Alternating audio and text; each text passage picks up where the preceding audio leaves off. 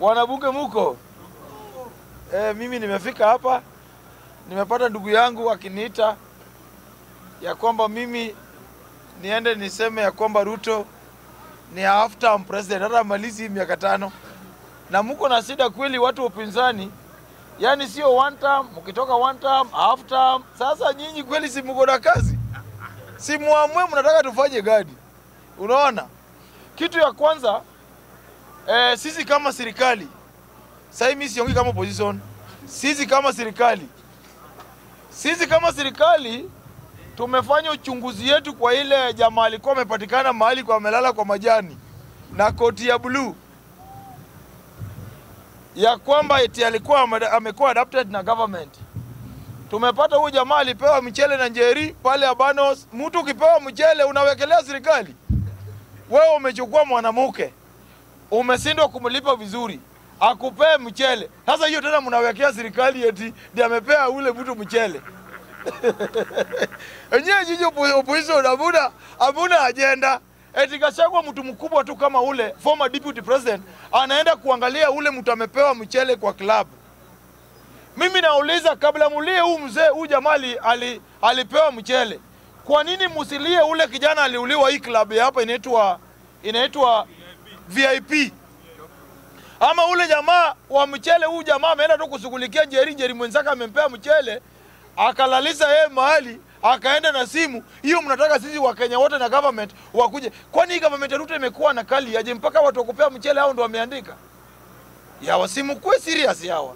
Simu tupee agenda ya kutoa Ruto juu kama hii ya kupeana mchele hii sioni kama hii itatoa Ruto.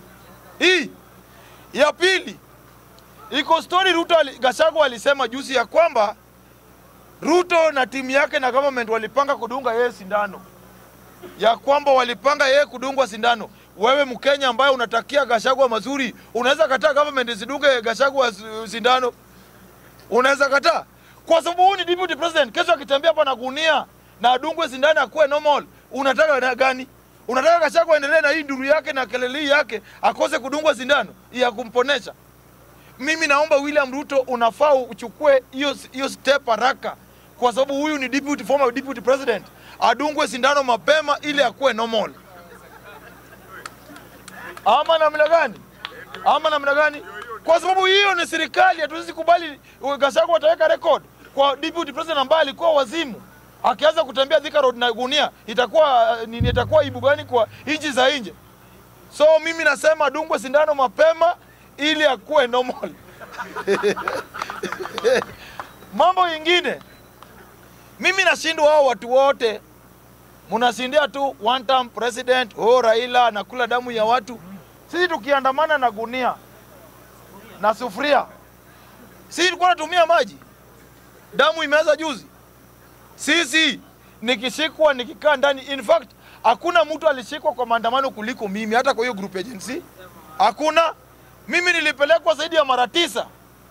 Hakuna hata kesi zangu zimeisha juzi. Agency walikuwa wanashikwa wanaachiliwa. My friend, wacheni kuweka ya kwamba sisi ndio. Hata niliona kijana mwingine anaitwa Buka. Ule Buka anaitwa Buka nani? Huyo Buka Omule. Jana walikuwa na kijana mwingine ako na nywele refu, alitusi Raila karibu 2 hours akitusi Raila.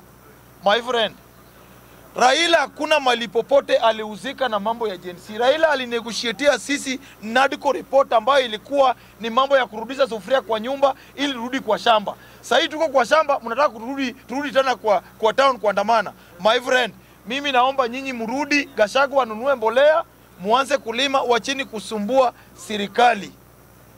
Nikimalizia, juzi tuliona wakina Boniface Mwangi wakienda watu wakitusi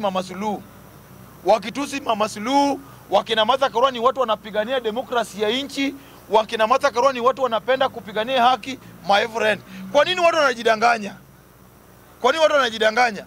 Kama Martha Karua ni mtu wa kupigania haki, wale wameharibu haki ya nchi hii ni wa group ya kina Martha Karua. In 2007 mwanamke Martha Karua alikaa 1 week bila kuoga Raila Odinga sikuwe president 2007. Watu wanasahau hiyo. Watu wamesahau hiyo. Kwani hiyo kwa nini hakupigania haki? 2007 Martha Karua kuoga, mwanamke akose kuoga 1 week ili mwanaume asipate kiti. Unaona? Kwa nini hiyo wakati demokrasi kukua? Huyu Martha Karua anasema ya kwamba leo nani anafanya mbaya. Sisi tukishikwa, watu wengine wakishikwa na watu wao, wakina Bibi Pendo wakiuliwa, kwa nini hakuenda kuvuruga Uhuru Muigai Kenyatta? My friend, wacheni kusumbua watu.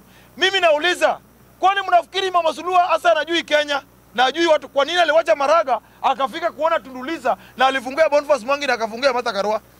Alijua hao watu wa Kenya wanafikiri si ni wajinga. Kwa nini waliwacha Maraga Mukisi aone ule na apige naye picha?